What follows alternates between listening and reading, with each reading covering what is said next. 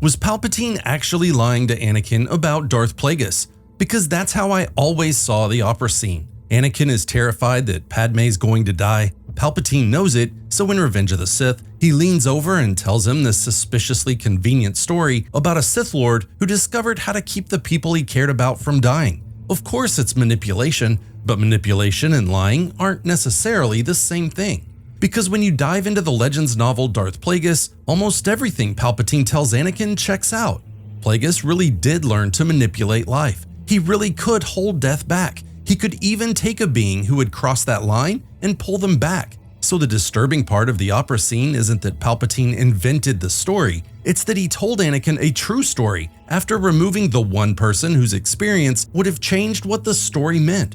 That person was Darth Venamis, and once you understand what Plagueis did to him, the power to save the ones you love stops sounding like a promise, it starts sounding like a threat.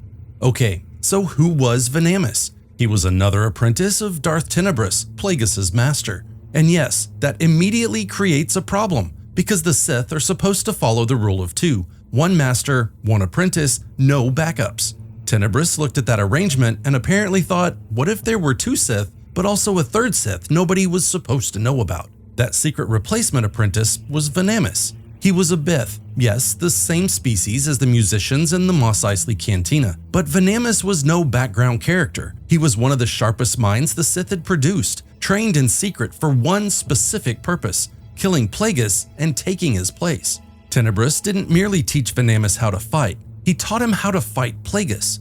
Venamis studied Plagueis' style, he learned his habits, his timing, the attacks he preferred, and the counters he normally used. When he finally confronts Plagueis on the moon's sojourn, he's not entering an ordinary Sith duel. He's taking the final exam he's spent his entire life preparing for, and for a while, it works. Venamis is faster, he's cleaner. In the straight exchange, he's the better swordsman, which raises the obvious question: if Venamis was specifically trained to defeat Plagueis and was actually beating him, how did Plagueis survive? Well, he stopped giving Venamis the fight he had prepared for. Plagueis abandoned the clean exchange of attacks and began moving unpredictably, almost awkwardly. He turned himself into a problem Venamis had never studied. Venamis started chasing openings, his precision slipped, and Plagueis punished him for it. So Venamis prepared to defeat the perfect version of Plagueis. Plagueis won by becoming something Venamis couldn't predict. That alone is a great Sith story. The younger, technically superior fighter loses because the older Sith understands that winning matters more than looking skilled.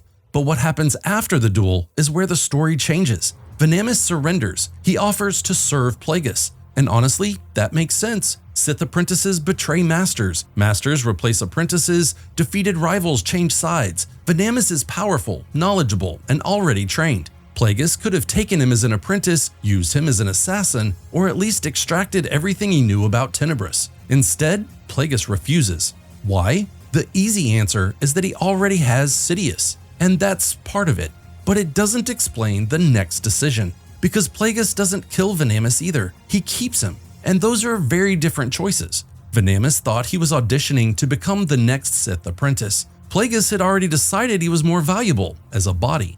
Venamis also had a list of Force-sensitive beings he had been considering as apprentices for the Sith line he expected to inherit. A gambler who could alter his appearance, a horned seer with visions, a promising young Natolan.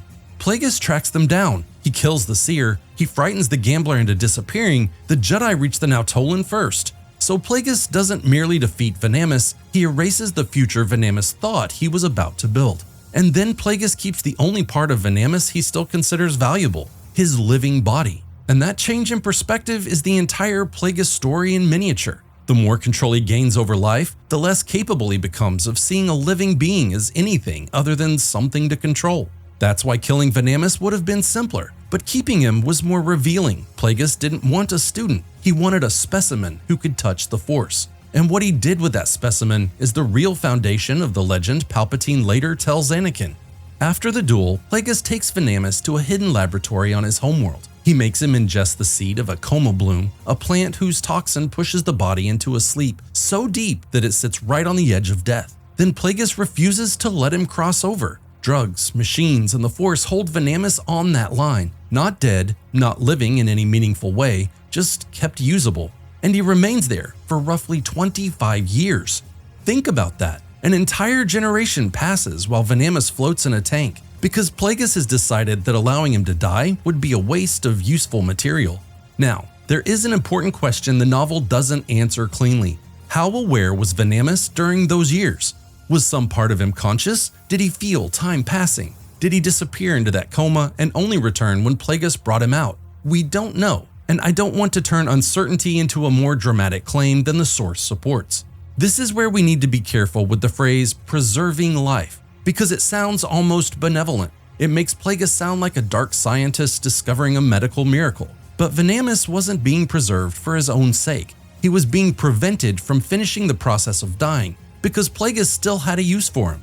That's not salvation. Plagueis has taken control of whether Venamis is even allowed to die. And this is the first point where Palpatine's opera speech stops sounding like a lie. Plagueis had genuinely achieved something impossible. He could hold a living being on the border of death and decide whether they move forward or backward.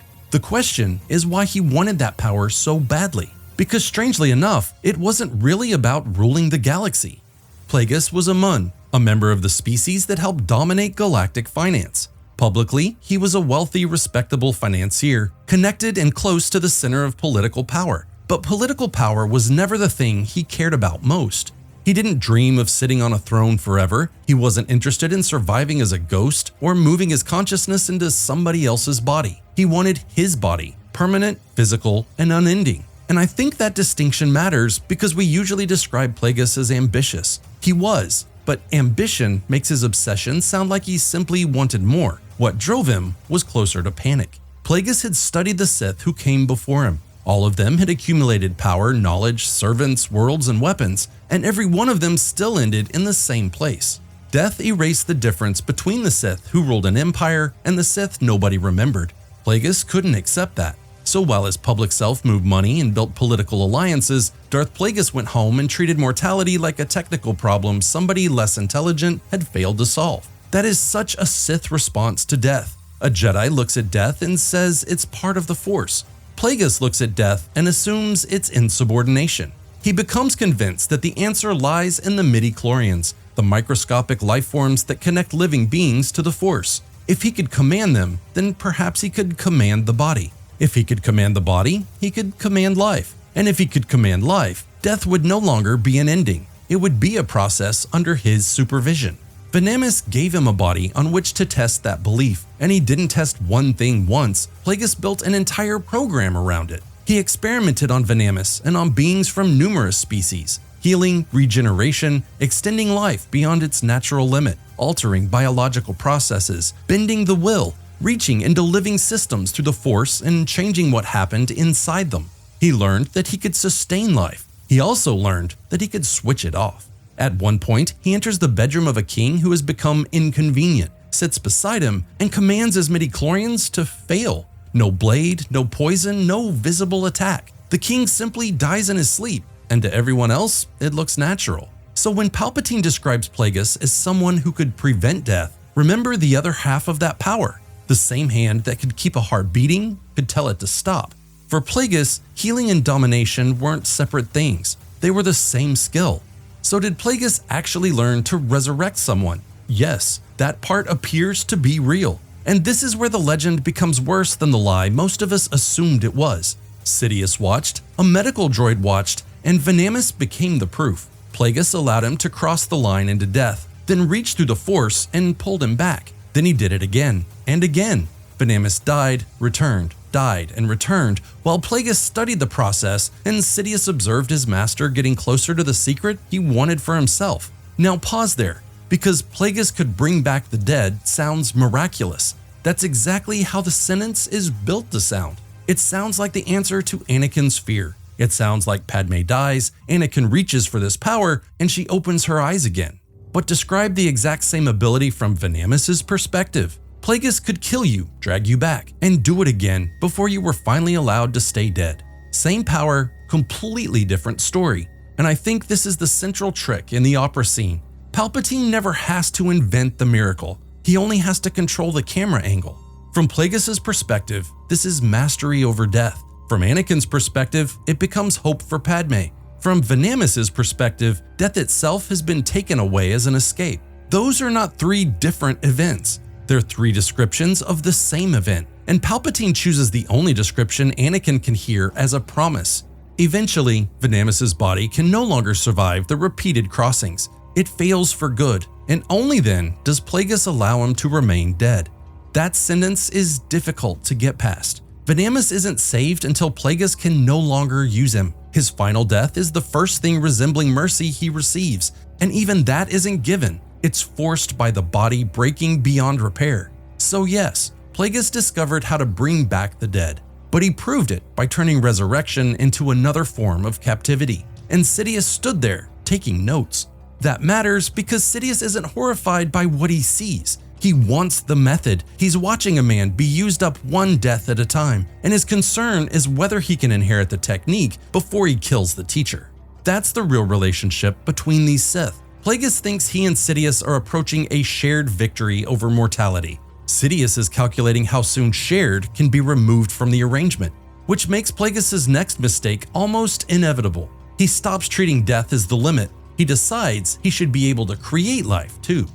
Once Plagueis believes he can control the end of life, he reaches for the beginning. He tries to use the Force and the Midi-Chlorians to create life outright, and for the first time, the Force doesn't cooperate. The novel describes his connection changing. The power he thought he had mastered seems to withdraw. Test subjects he had sustained begin to weaken and die, and Plagueis can't stop it.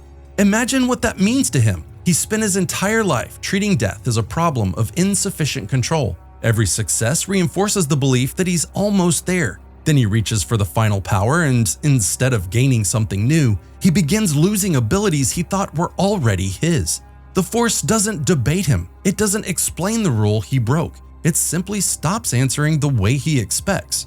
Okay, this is where people tend to push the story one step farther than the novel does. Did Plagueis create Anakin Skywalker?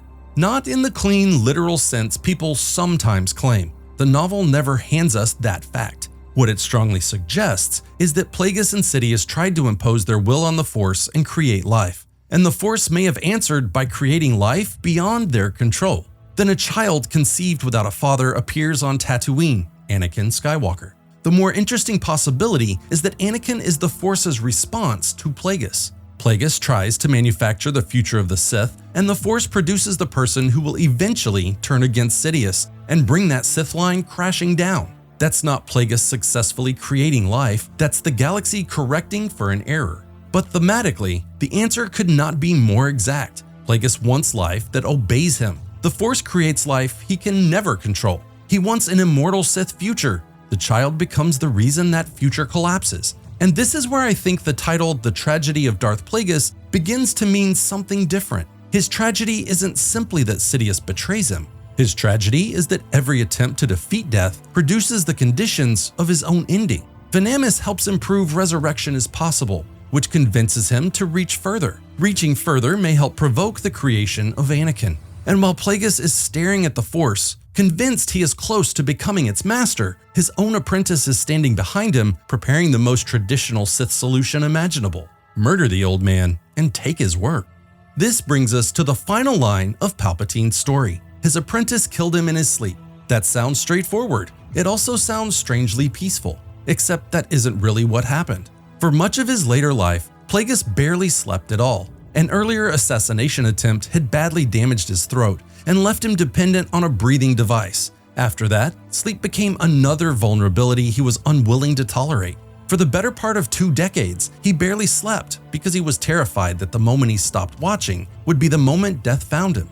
And then, on the night Sidious finally secures the political victory they have spent decades building toward, Plagueis lets himself believe the danger has passed. The plan has worked. Sidious has risen. The Sith are closer to galactic power than they've been in generations. Plagueis drinks, celebrates, and falls asleep beside the one person he has convinced himself is no longer merely an apprentice, but a permanent partner. That belief may be the most delusional thing Plagueis ever believes. Not immortality, trusting Sidious. Sidious waits until Plagueis is vulnerable and attacks him with Force lightning. But Plagueis does wake up. He knows what's happening. He fights. He reaches inward toward the Midi-Chlorians and tries to do for himself what he had done to Venamis. He tries to pull his own body back from the edge, and Sidious keeps attacking, cuts off his breath, and mocks him while the power fails. So was Plagueis killed in his sleep? Technically, the attack begins while he is asleep, but the peaceful death Palpatine allows Anakin to imagine, no. Plagueis wakes up and is forced to experience the failure of his entire life's work in real time.